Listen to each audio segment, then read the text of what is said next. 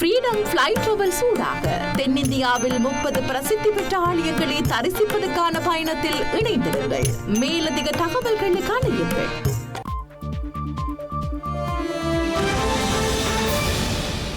வணக்கம், இது IBC தமிழின் இரவு நேர பிரதான செய்திகள். முதலில் தலைப்புச் செய்திகள்.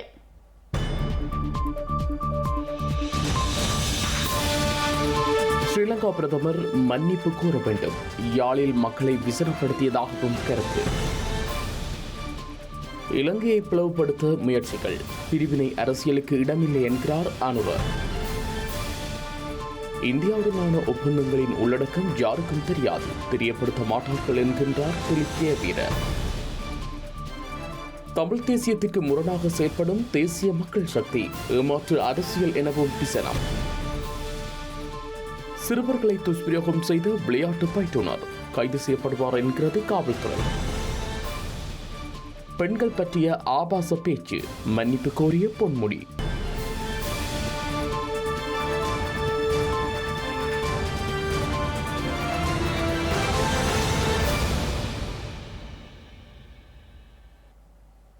இனி தொடர்பான விரிவான செய்திகள். ஸ்ரீலங்கா பிரதமர் ஹரணி அமரசூரிய வடக்கின் இந்து மக்களிடம் மன்னிப்பு கேட்க வேண்டும் என தமிழ் தேசிய கட்சியின் தலைவர் சட்டத்தரணி என் ஸ்ரீகாந்தா தெரிவித்துள்ளார். மாவட்டபுரம் ஸ்ரீகாந்த சுவாமி ஆலய மகா கும்பாபிஷேகத்தில் பிரதமர் ஹரணி அமரசூரியவிற்கு வழங்கப்பட்ட பாதுகாப்பு ஏற்பாடுகளால் மக்கள் விசனம் வெளியிட்டதாகவும் சுட்டிக்காட்டியுள்ளார். அத்துடன் பிரதமரின் பாதுகாப்பு பிரிவினர் ஆலய சூழலில் காலணிகளுடன் சென்ற விடயம் தொடர்பிலும் விசனம் வெளியிட்டுள்ளனர். வரலாற்று புகழ்மிக்க மாவட்டபுரம் கந்தசுவாமி ஆலயத்தின் மகோத்சவம் மகாயாகம் 50 வருடங்களுக்கு பிறகு நேற்று நடாத்தப்பட்டது. ஆலய வழிபாட்டு கிரியைகள் நடைபெற்றுக் கொண்டிருந்த நேரத்திலே அதிரடியாக தனது பாதுகாப்பு அதிகாரிகளோடு ஆலயத்திற்குள்ளே பிரவேசித்த பிரதமர் ஹரணி அமரசூரிய தனது நடவடிக்கையின் ஊடாக அங்கு குழுமியிருந்த பல்லாயிரக்கணக்கான பக்தர்களுக்கு அவர்களுடைய வழிபாட்டு உரிமைகள் தொடர்பிலே பாரதூரமான இடைஞ்சல்களை ஏற்படுத்தி இருக்கின்றார். ஆனால் ஆலய வளாகத்துக்குள்ளே பாதுகாப்பு அதிகாரிகள் நுழைவதாக இருந்தால் தங்களது காலணிகளை அகற்றிவிட்டு தான் நுழைய வேண்டும். ஆனால் நேற்று பிரதமர் ஹரணி அமரசூரிய அவர்களோடு வந்த பாதுகாப்பு அதிகாரிகள் தங்கள் காலணிகளோடு அதிரடிப்படையினர் உட்பட ஆலய வளாகத்துக்குள்ளே ஆலய மகோத்சவ நடவடிக்கைகள் நடைபெற்றுக் கொண்டிருந்த நேரத்திலே பிரவேசித்து அங்கு தரித்து நின்றிருக்கிறார். இது பாரதூரமான மன உளைச்சல்களை மாத்திரமல்ல, கஷ்டங்களையும் அங்கு குழுமியிருந்த பக்தர்களுக்கு ஏற்படுத்தி இருக்கிறது. இந்த நாட்டின் பிரதமரே, ஆட்சித்துறையில் 2வது இடத்தில் அமர்ந்திருப்பவரே இவ்விதம் நடந்து கொண்டால் இந்த நாட்டிலே சட்டம் ஒழுங்கு என்ன நிலையிலே இருந்து கொண்டிருக்கின்றன என்பதற்கு அது ஒன்றே போதுமானது. அவருடைய அந்த பிரசன்னமே, அவர் வந்ததே ஒரு மலிவான தேர்தல் பிரசார நடவடிக்கை தான். பிரதமர் வடக்கின் இந்து மக்களிடம் இதற்காக மன்னிப்பு கோர வேண்டும். தேர்தல் பிரசாரத்தின் பொழுதுதான அங்கே வந்து ஷோ காட்ட வேண்டும். நான் வெளிப்படையாக கேட்க விரும்புகிறேன், தமிழ் மக்களை இவர்கள் என்ன நினைத்துக் கொண்டிருக்கிறார்? இவர்கள் நினைத்தது ஒன்று, அன்றைக்கு நடந்தது வேறொன்று. மக்களுடைய வயிற்றெரிச்சலை, பக்தர்களுடைய வயிற்றெரிச்சலை பெற்றுக் கொண்டு போறதை தவிர பிரதமருடைய அந்த அதிரடி பிரவேசம் மாவட்டபுரத்திலே எதை சாதித்திருக்கிறது? சில சில்லறை தமிழ் அரசியல் நடவடிக்கையாளர்கள், சமீபத்திலே வந்தவர்கள், அவர்களுடைய சொற்களை தயவு செய்து ஒரு காதால் கேட்டு மறுகாதால் விட்டுவிடுங்கள். தேசிய மக்கள் சக்தியின் அரசியல் பாதை தமிழ் தேசியத்திற்கு முரணாக உள்ளது என தமிழ் தேசிய மக்கள் முன்னணியின் தலைவர் நாடாளுமன்ற உறுப்பினர் கஜேந்திரகுமார் பொன்னம்பலம் தெரிவித்துள்ளார். தற்போது தேசிய மக்கள் சக்தியை எதிர்பார்ப்பதை போன்றே கடந்த காலங்களில் ஆட்சி புரிந்த ஏனைய கட்சிகளையும் எதிர்த்ததாக கஜேந்திரகுமார் பொன்னம்பலம் கூறியுள்ளார். வலிவடக்கு தையிட்டி பிரதேசத்தில் அமைந்துள்ள சட்டவிரோத விகாரைக்கு எதிரான போராட்டம் இன்று மீண்டும் ஆரம்பிக்கப்பட்டுள்ளது. இதன்போது தற்போதைய அரசு தொடர்ச்சியாக தமக்கான நீதியை வழங்க மறுத்து வருவதாக போராட்டக்காரர்கள் குற்றம் சாட்டியுள்ளனர். தையிட்டி சட்டவிரோத விகாரைக்கு எதிரான போராட்டத்தில் தமிழ் தேசிய மக்கள் முன்னணியினர் அருட்தந்தியர்களும் இணைந்து கொண்டுள்ளனர். பயங்கரவாத தடுப்பு சட்டம் சம்பந்தமாக இந்த அரசாங்கம் ஆட்சிக்கு வருவதற்கு முதல் அந்த பயங்கரவாத தடுப்பு சட்டம் சர்வதேச சட்டமின் நியமனங்களுக்கு முற்றிலும் மாறு. ஒரு கொடூரமான சட்டம். அந்த வகையில் வந்து அந்த சட்டம் நீக்கப்பட வேண்டும் என்ற வாக்குறுதியை மிக தெளிவாக வந்து கொடுத்திருக்கிறார். அது மட்டும் இல்லாமல் வந்து அனுரகுமார திசாநாயக்க எத்தனையோ மேடைகளிலே வந்து அந்த பயங்கரவாத தடுப்பு சட்டம் வந்து நீக்கப்படுவது மட்டுமல்ல, அதுக்கு பதிலாக வந்து இன்னொரு சட்டம் தேவையில்லை என்ற கருத்தை தெரிவு செய்திருந்தது. அந்த சூழலிலே இன்றைக்கு ஆட்சிக்கு வந்ததுக்கு பிறகு இதுக்கு முதல் வேறு அரசாங்கங்களும் சொல்லியிருக்கு. இப்போ 2015 வந்து மைத்ரிபால சிறிசேன ரணில் விக்ரமசிங்க என்ற காலப்பகுதியில் வந்து பயங்கரவாத தடை சட்டம் நீக்கப்பட வேண்டும் என்ற வாக்குறுதியை கொடுத்து ஐநா மனிதுரிமை பேரவையில் வந்து அந்த நீக்கப்பட்டு ஒரு புது சட்டம் அதுக்கு பதிலாக வந்து கொண்டு வர வரைக்கும் பயங்கரவாத தடுப்பு சட்டம் அமுல்ல இருந்தாலும் கூட அதை நடைமுறைப்படுத்தப்படாத என்ற வாக்குறுதியை கொடுத்தது. ஆனால் அதை மீறினேன் அந்த வாக்குறுதியாவது கொடுத்தது. இந்த அரசாங்கம் ஆட்சிக்கு வந்ததுக்கு பிறகு பயங்கரவாத தடுப்பு சட்டம் தேவையில்லை, அதுக்கு பதிலாக வேறு எந்த ஒரு சட்டம் தேவையில்லை என்று சொன்னார்கள். இல்லை, பயங்கரவாத தடுப்பு சட்டம் இருக்கத்தான் வேணும், புது சட்டம் கொண்டு வர வரைக்கும் அது அமுலிலேயும் இருக்க வேண்டும், நடைமுறையிலேயும் இருக்க வேணும் என்ற கருத்தை சொல்லுறேன். ஆகவே கொடுத்த வாக்குறுதிக்கு நேர்மாறாக அவர்கள் ஏற்கனவே தேர்தலுக்கு முதல் சொன்ன விஷயங்கள் தொடர்பாக வந்து பயணிக்கிறார்கள். அரசியல் கைதிகள விஷயத்தில் வந்து அரசியல் கைதிகள் முழுமையாக வந்து விடுவிக்கப்படணும். பயங்கரவாத தடுப்பு சட்டம் கொடூரமான சட்டம், அதுக்கு வந்து கைது செய்யப்பட்டு சிறையில் இருக்கிறவர்கள் வந்து நியாயமற்ற வகையில் வந்து அவர்கள் தண்டிக்கப்படுறார்கள், விடுவிக்கப்பட வேணும் என்றுதான் முதல் சொல். தேர்தலுக்கு பிறகு ஆட்சிக்கு வந்ததுக்கு பிறகு அந்த அரசியல் கைதிகள் தொடர்பாக வந்து சொல்கிற கருத்து அப்படி ஒன்றும் இல்லை. அரசியல் ரீதியாக மக்களை ஏமாற்றும் செயலை அரசாங்கம் முன்னெடுத்துள்ளதாக இலங்கை தமிழரசு கட்சியின் தலைவர் CVK சிவஞானம் தெரிவித்துள்ளார். எனவே தாம் ஏமாற்றப்படுகின்றோம் என்பதை மக்கள் புரிந்து கொள்ள வேண்டும் எனவும் அவற்றிற்கு இடமளிக்க கூடாது எனவும் அவர் குறிப்பிட்டுள்ளார்.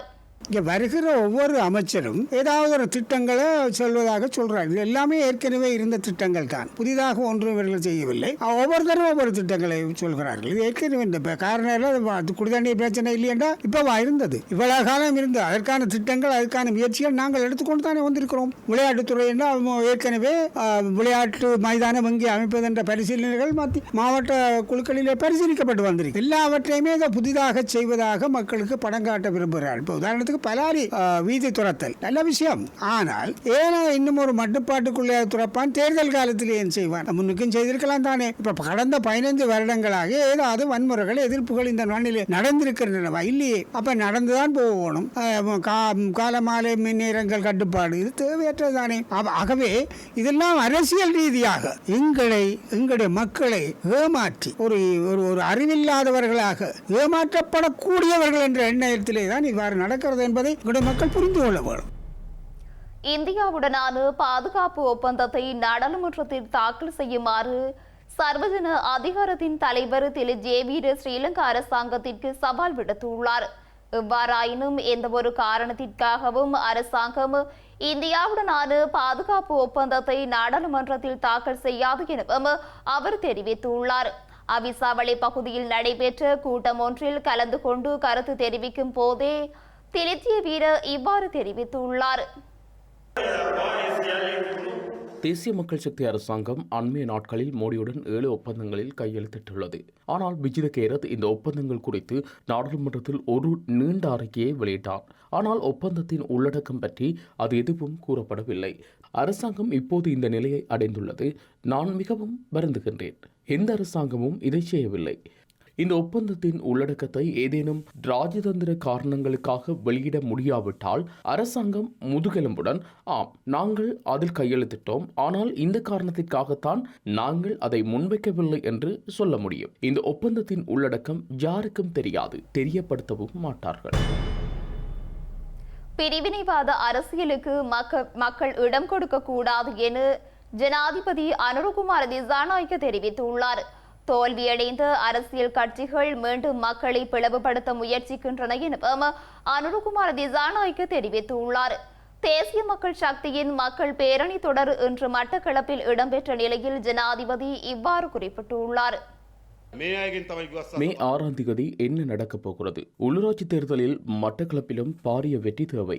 அரசியல், இனம், மதம், பிரதேச அடிப்படையில் பிரிக்கப்படுகிறது. கடந்த ஜனாதிபதி தேர்தல் மற்றும் பொது தேர்தல் இலங்கை வரலாற்றில் விசேட தேர்தலாக அமைந்தது.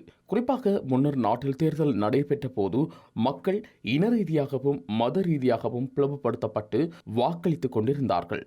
கிழக்கு மக்கள் முஸ்லிம் அரசியல் கட்சிகளுக்கும், வடக்கு மக்கள் தமிழ் அரசியல் கட்சிகளுக்கும், தெற்கு மக்கள் சிங்கள அரசியல் கட்சிகளுக்கும் வாக்களித்தார்கள்.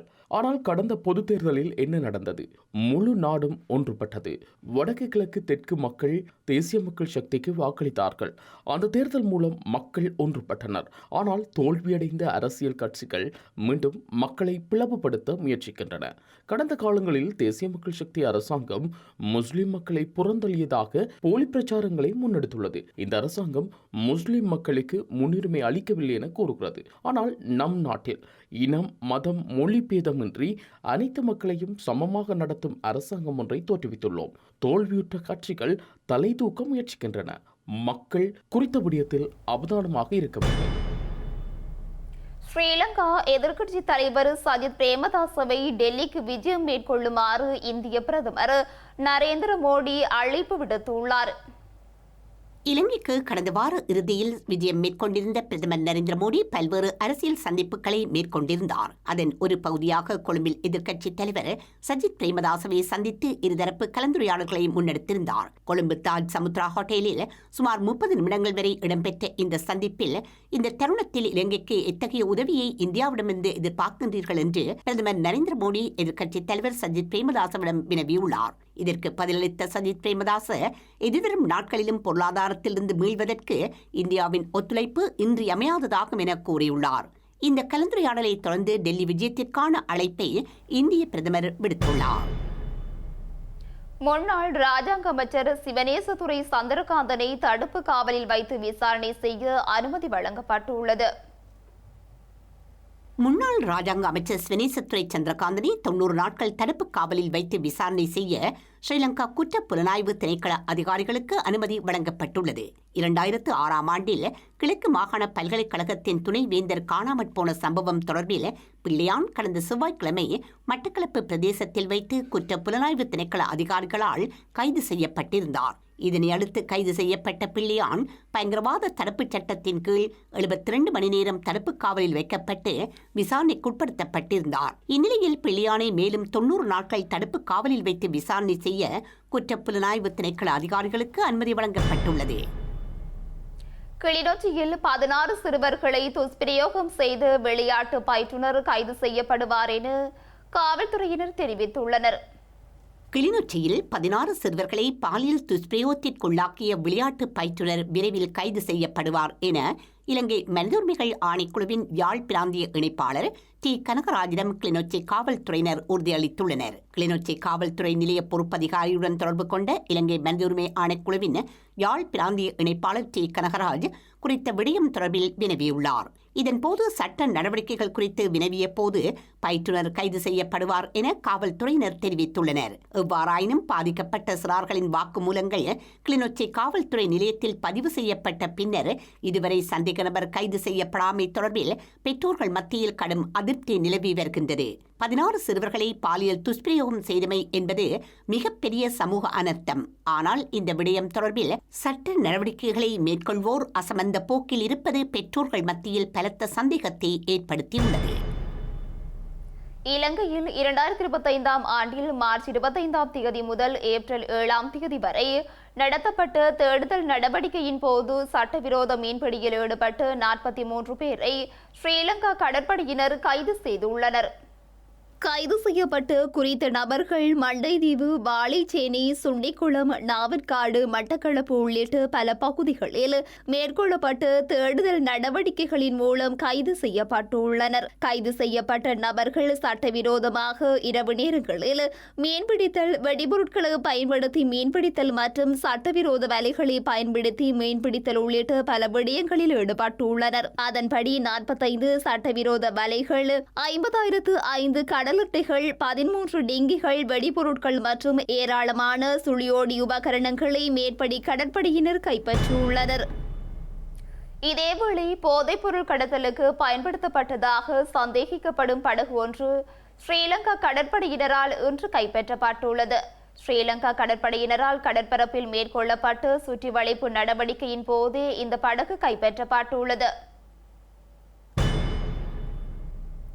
திருகோணமலை கிண்ணியா பிரதேச செயலக பிரிவுக்குட்பட்டு கச்சக்குடி தீவு விளையாட்டு மைதானத்திற்குள் அத்துமீறி நுழைந்து கட்டடம் அமைக்க முற்பட்ட நபருக்கு எதிராக திருகோணமலை மாவட்ட நீதிமன்றம் நேற்றைய தினம் தடை கட்டளையை பிறப்பித்துள்ளது. அத்துடன் குறித்த கட்டளையில் வழக்காளி, எதிர்மனுதாரர், அவரின் கீழ் தங்கி வாழ்வோர், அவரின் பிரதிநிதிகள் எவரும் குறித்த காணிக்குள் அத்துமீறி நுழையக்கூடாது என்றும் கட்டளை பிறப்பிக்கப்பட்டுள்ளது. அத்துடன் கட்டட அபிவிருத்தி பணிகள் எதனையும் மேற்கொள்ளக்கூடாது என்றும் விளையாட்டுக் கழக உறுப்பினர்களின் அமைதியான உடைமையினை குழப்பக்கூடாது என்றும் நீதிமன்றம் கட்டளை பிறப்பித்துள்ளது.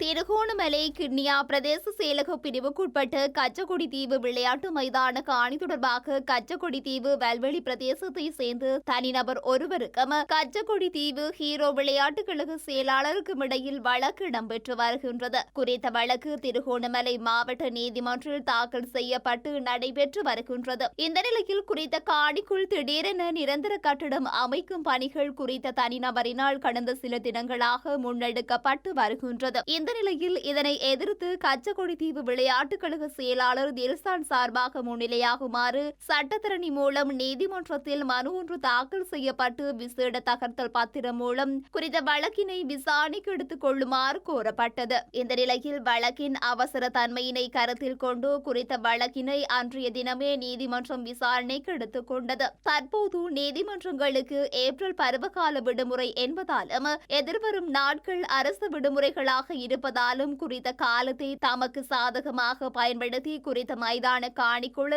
சட்டவிரோதமாக கட்டிட பணிகள் இடம்பெறுவதாக இதன்போது சட்டத்தரணி நீதிமன்றத்தில் எடுத்துரைத்தார். இதனை கருத்தில் எடுத்த திருகோணமலை மாவட்ட நீதிமன்றம் கச்சக்குடி தீவு விளையாட்டு மைதானத்திற்குள் அத்துமீறி நுழைந்து கட்டிடம் அமைக்க முற்பட்டு குறித்த நபருக்கு எதிராக தடை கட்டளையை பிறப்பித்துள்ளார். குறித்த கட்டளையில் வழக்காளி, எதிர்மனுதாரர், அவரின் கீழ் தங்கி வாழ்வோர், அவரின் பிரதிநிதிகள் எவரும் குறித்த காணிக்குள் அத்துமீறி நுழையக்கூடாது என்றும் கட்டட அபிவிருத்தி பணிகள் எதனையும் மேற்கொள்ளக்கூடாது என்றும் விளையாட்டுக் கழக உறுப்பினர்களின் அமைதியான உடைமையினை குழப்பக்கூடாது என்றும் கட்டாணை எனும் தடை கட்டளையை பிறப்பித்துள்ளது. மேலும் குறித்த விண்ணப்பம் தொடர்பில் ஏதும் ஆட்சேபனைகள் தெரிவிக்க விரும்பினால் எதிர்வரும் 23ஆம் தேதியன்று காலை 9 மணிக்கு அல்லது அதற்கு முன்னர் ஆட்சேபனையை தெரிவிக்கலாம் எனவும், தவறும் பட்சத்தில் மேற்குறித்த தவறான கட்டளை இடைக்கால தடை உத்தரவாக வழங்கப்படும் எனவும் நீதிமன்றம் தெரிவித்துள்ளது. மேற்குறித்தவாறான கட்டாணை இடைக்கால தடை உத்தரவாக வழங்கப்படும் எனவும் நீதிமன்றம் தெரிவித்துள்ளது.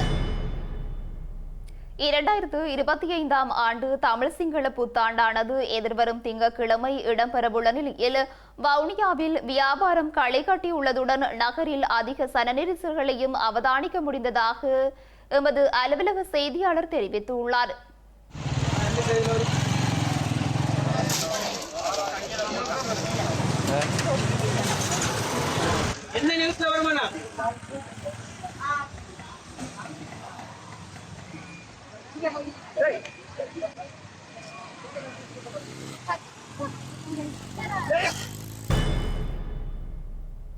கண்டல் தாவரங்கள் நாட்டும் செயற்பாடு கிளிநொச்சி, பூநகரி மற்றும் மன்னார் வேட்டையன் புதுமுறிப்பு சதுப்பு நில பகுதிகளில் ஆரம்பித்து வைக்கப்பட்டுள்ளது. உலகளாவிய சூழலியல் வசதி எனும் செயற்றிட்டத்தின் கீழ் கடலோர கண்டல் தாவரங்களின் வளர்ச்சி ஊடாக சூழலை பாதுகாக்கும் நோக்கில் குறித்த செயற்றிட்டம் ஆரம்பித்து வைக்கப்பட்டுள்ளது.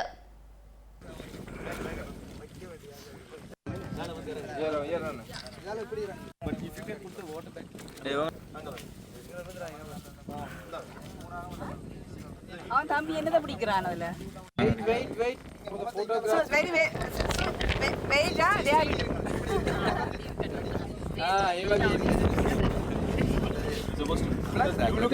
எனக்கு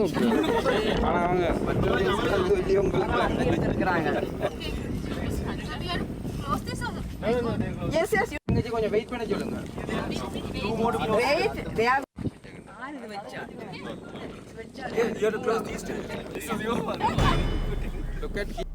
பெண்களை பற்றி ஆபாசமாக பேசிய அமைச்சர் பொன்முடியின் கட்சி பதவியை பறித்து திமுக தலைமை உத்தரவிட்டுள்ள நிலையில் அவர் மன்னிப்பு கோரியுள்ளார்.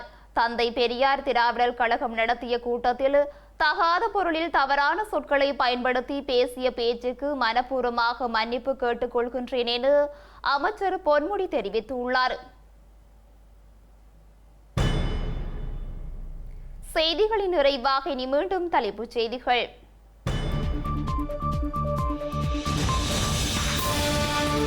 ஸ்ரீலங்கா பிரதமர் மன்னிப்பு கோர வேண்டும். யாழில் மக்களை விசனப்படுத்தியதாகவும் கருத்து. இலங்கையை பிளவுபடுத்த முயற்சிகள். பிரிவினை அரசியலுக்கு இடமில்லை என்கிறார் அனுர. இந்தியாவுடனான ஒப்பந்தங்களின் உள்ளடக்கம் யாருக்கும் தெரியாது, தெரியப்படுத்த மாட்டார்கள் என்கின்றார் வீர. தமிழ் தேசியத்திற்கு முரணாக செயற்படும் தேசிய மக்கள் சக்தி ஏமாற்று அரசியல் எனவும் விசனம். சிறுவர்களை துஷ்பிரயோகம் செய்து விளையாட்டு பயிற்றுனர் கைது செய்யப்படுவார் என்கிறது காவல்துறை.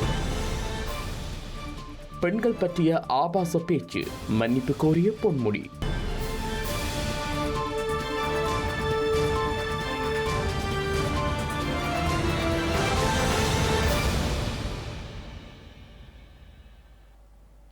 இத்துடன் ஐபிசி தமிழின் இரவு நேர பிரதான செய்திகள் நிறைவு பெற்றன. உடனுக்குடன் செய்திகளை அறிந்து கொள்ள ibctamil.com என்ற நமது இணையதளத்தினை பார்வையிடுங்கள். வணக்கம்.